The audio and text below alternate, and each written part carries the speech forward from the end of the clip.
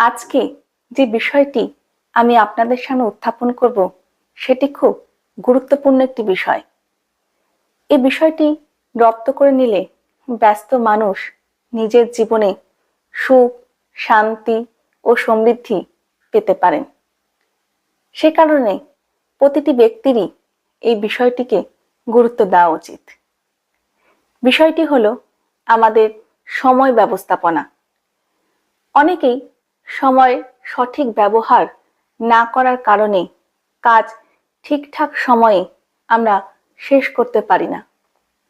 এর ফলে জীবনে স্ট্রেস, হতাশা এবং ব্যর্থতা বাড়তে থাকে। জীবন দিশাহারা অবস্থার মতন হয়। তাই আমাদের প্রত্যেকেরই জীবনে সবথেকে গুরুত্বপূর্ণ বিষয় হচ্ছে সময়ের সঠিক ব্যবস্থাপনা। এ বিষয়ে প্রথমেই যেটি বলবো তা হলো প্রতিদিনের কাজ লিখে রাখুন। আপনি যদি প্রতিদিনের কাজ প্রতিদিন লিখে রাখেন তাহলে আপনার মাইন্ডসেট থাকবে যে আজকে কি কি কাজ করতে হবে। তখন আপনার কাজ করতে কোনো অসুবিধা হবে না। দ্বিতীয় যে বিষয়টি বলবো তা হলো কোন কাজ আগে করবেন সেটা ঠিক করুন। প্রতিদিনের হাজারো কাজের মাঝে আপনাকে ঠিক করে নিতে হবে যে কোন কাজটি বেশি গুরুত্বপূর্ণ এবং সেই কাজটিকেই আগে করুন। তৃতীয় যে বিষয়টি বলবো তা হলো সময় নষ্ট হয় এই সমস্ত কাজ এড়িয়ে চলুন। আমরা অনেক সময় কাজ ফেলে রেখে মোবাইলে, ফেসবুকে দেখে, রিলস দেখে ঘন্টার পর ঘন্টা সময় নষ্ট করি। এতে আমাদের কাজের ক্ষতি হয়। চতুর্থ যে বিষয়টি বলবো তা হলো প্রতিটি কাজের একটা ডেডলাইন তৈরি করে রাখুন। কোনো কাজ শুরু করলে সেটা আপনি কতটা সময়ের মধ্যে শেষ করবেন সেটা ঠিক করুন। এতে সময়ের মধ্যে কাজটি শেষ করার জন্য আপনি তৎপরতা অনুভব করবেন এবং কাজটি সময়ে শেষ হবে। পঞ্চমত যে বিষয়টি বলবো তা হলো একটা রুটিন তৈরি করুন এবং সেটাকেই মেনে চলুন। ষষ্ঠত, না বলতে শিখুন। আমরা অনেক সময় অন্যের মন রক্ষার জন্য কোনো কাজকে না বলতে পারি না।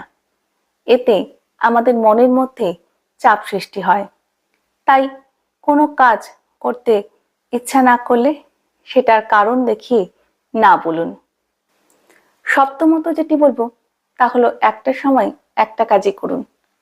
আমরা অনেক সময় একই সাথে অনেক কাজ করতে চাই। এতে কোনো কাজটি আমরা ভালোভাবে করতে পারি না। এতে আমাদের ফ্রাস্ট্রেশন আসে। কাজেই কোনো একটি নির্দিষ্ট সময়ে কোনো একটি নির্দিষ্ট কাজ করুন।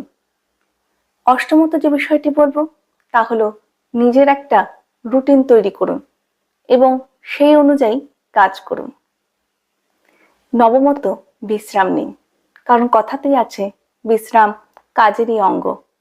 তাই কাজের ফাঁকে একটু করে বিশ্রাম নিন, যাতে আপনি পরবর্তী কাজটিকে আরো ভালোভাবে করতে পারেন। সব থেকে শেষে যেটা বলবো তা হলো প্রতিদিনের কাজ শেষ হলে সেটাকে নিয়ে বিশ্লেষণ করুন। দিনের শেষে সেই দিনের কাজ নিয়ে বিশ্লেষণ করুন। কতটা কাজ আপনি করতে পারবেন বা কতটা কাজই বা বাকি রয়েছে সে নিয়ে ভালোভাবে বিশ্লেষণ করুন। আশা করি আমার আজকের এই ভিডিওটি আপনাদের কাজে লাগবে। ভিডিওটি ভালো লাগলে ভিডিওটিকে লাইক করবেন, একটি শেয়ার করবেন এবং দিশা দর্শন ফেসবুক পেজ এবং দিশা দর্শন ইউটিউব চ্যানেলের পাশে থাকবেন। সকলে ভালো থাকবেন, সুস্থ থাকবেন। দেখা হবে নেক্সট ভিডিওতে। নমস্কার।